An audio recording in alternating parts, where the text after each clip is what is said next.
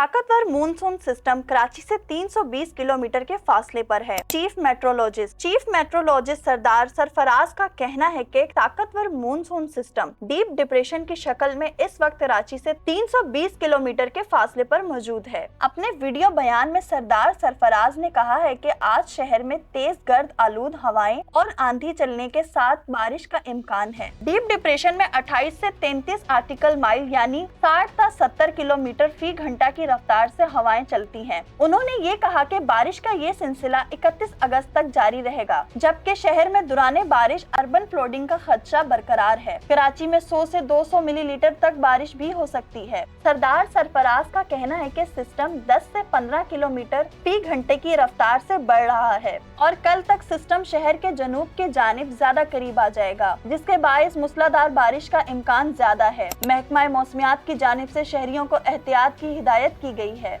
वाज़ेह रहे कि गुज़िश्ता शब से कराची के बेशतर इलाकों में तेज बारिशों का सिलसिला थम गया, ताहम कुछ इलाकों में बूंदाबांदी ताहाल जारी है। बारिश के बाद शहर का मौसम खुशगवार है।